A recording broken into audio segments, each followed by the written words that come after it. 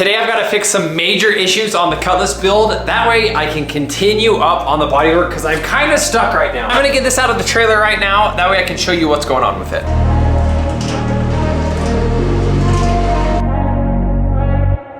I've been restoring this 71 Cutlass for 2 years now, and I've overcome a lot of challenges in that process. But in today's video, I'm going to finish the most difficult and time-consuming part of this build by far, which is the bodywork.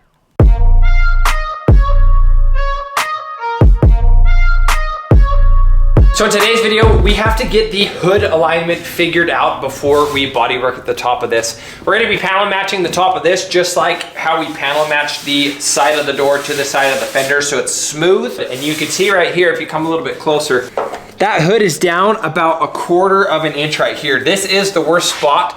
The problem is we can't get the hood up. So we're gonna have to Dremel the hinges in order to get that up. We have to do the same thing on the other side, but it's just not as bad. After that, I've gotta finish getting the AC compressor and alternator bracket all figured out so that we can finish doing the rest of the fabrication inside our engine bay. We've got some fab to do and some body work to do in order to get this thing one step closer to primer. So let's see if I can figure out the hood adjustment first. We're gonna start there. So there's 3 bolts on this. You can see there's 1 hole right here, 1 hole right here, and 1 more hole right there. That is what bolts the hinge to the side of the fender. And then there's 2 right here, 1, 2. You can see there's barely any room to move this. So I'm gonna pull this whole thing off and Dremel these out 1/4 inch. That way we can get the hinge to come up, which in turn will bring up the whole top of the hood. I'm gonna throw a piece of tape on this mark right here. That way I know exactly where the hood hinge is supposed to go in correlation with the hood, because you can see how it's got adjustment as well. And so if this is in the wrong spot, it's gonna push the hood back or forward. So I'm gonna throw a piece of tape on that to mark that, and I'm gonna pull both those bolts out. Then the whole hinge will be able to come out. You can see we've got it supported with some wood right there. And I rigged up this strap to actually hold the top of the hood. That way I don't have to completely remove this and I won't have to realign it. So I'll just be able to do this one. And then once this is done, I'll be able to do that one.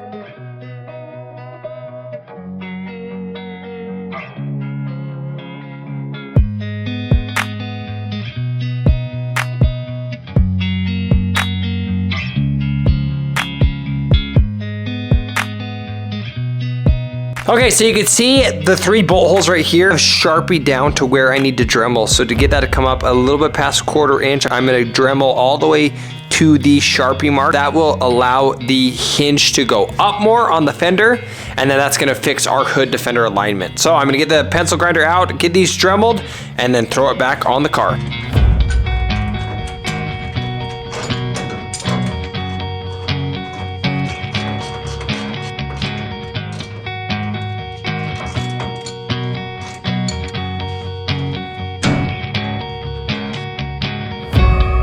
Okay, I made a decent amount of progress. I think I got the hood finished. I got it to fit up a lot better. You can see it's almost perfectly flush right there. And then it goes all the way over and it dives a little bit off right here, but I think I'm just gonna fix that with mud. So I'm gonna do the exact same thing I just did to that side, open the hood, get this hinge pulled off, Dremel it a little bit to get that to come up. That will fix the hood adjustments to the tops of the fenders and I can start body work on them. Okay, I got the AC compressor and alternator kind of spaced out right where I want it. So I've got the laser on the hood right now. If you gun sight right down it, you can see it's almost perfectly in line with this, and then down with this pulley right here, and then at the bottom the crank pulley. That is pretty much finalized for the mock-up stage. Now that that's finished, I can finalize all my piping in here. I can also do the vintage air, so I can move on to a couple things of fabrication that need to get done.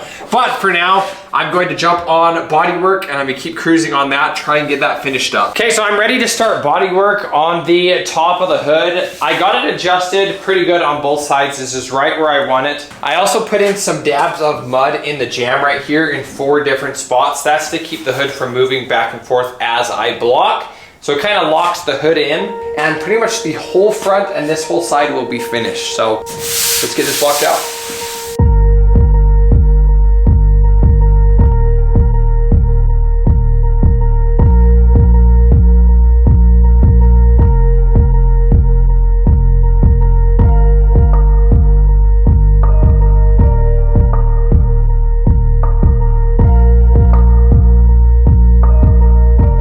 tops of the fenders and the hood are completely blocked out and finished in 80 grit. I also blended all of this in, so all this is blending in really nicely. You can see how I had to skim this entire section here. And you really want to do this to get the panels perfectly straight. You can see how we are breaking through here, we're breaking through all the way up here. So that means this whole area is pretty thin, but it still needed a light skim. So right now I'm gonna finish this in 150 grit, and then I'll cut out the gaps. That way I can open the hood. And then on this side, the front of this actually looks really nice. First of all, before I jump over there, I got that body line nice and straight, and it blends in really nicely right here. And then I pretty much did the exact same thing over on this side, getting this whole area blocked and blended together.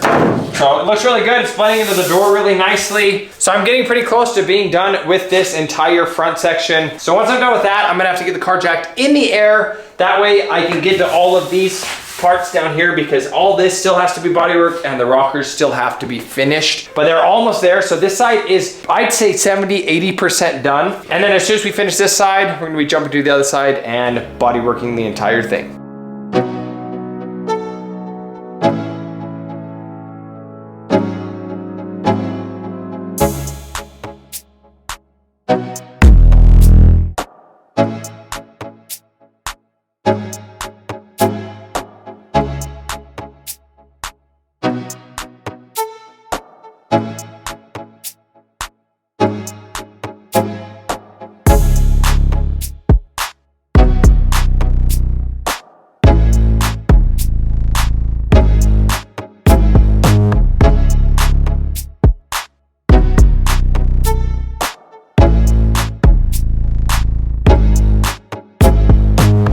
Now that all the bodywork is finished in 80 grit, the car should be straight, but you can't prime over 80 grit scratches because they are way too coarse. So I'm going to be sanding the entire body in 150 grit to remove the 80 grit scratches so that we can prime this car. In order to make sure that all of the scratches are removed, I'm going to be putting a dry guide coat powder over the entire car. This is going to fill any of the deep scratches and also act as a visual guide so that I can see when all of these scratches have been completely removed.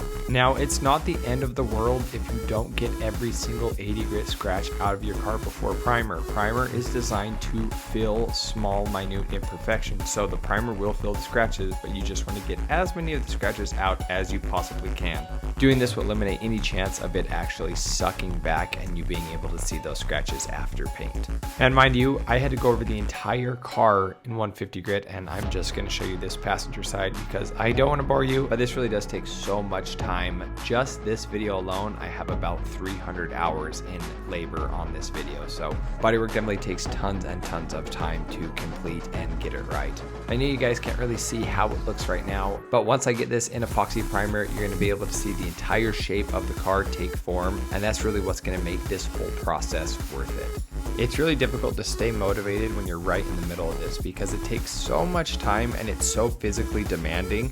By the end, you are physically and mentally drained. But seeing this in primer after all the bodywork has been finished is by far the most rewarding moment of these builds, and I can't wait to share that moment with you guys. Well, it has been a couple of months since that last clip. I decided to just go ahead and finish the bodywork on the entire body. So I got everything blocked out in 150 grit. The whole front end, it's finished and all blocked and panel matched together. And then this side, all the bodywork is almost done. I just have to hit these two panels in 150 and it will be finished. But now the bodywork's done, in the next video, I'm gonna show you guys one huge, crucial mistake that I made on this car that I'm going to be fixing in the next video. This car's getting really close to the second CRE, and I am stoked to show you guys how this is gonna look in the next little bit. So thanks so much for watching. Be sure to like and subscribe and stay tuned for the next video on this 71 Cutlass. Peace out.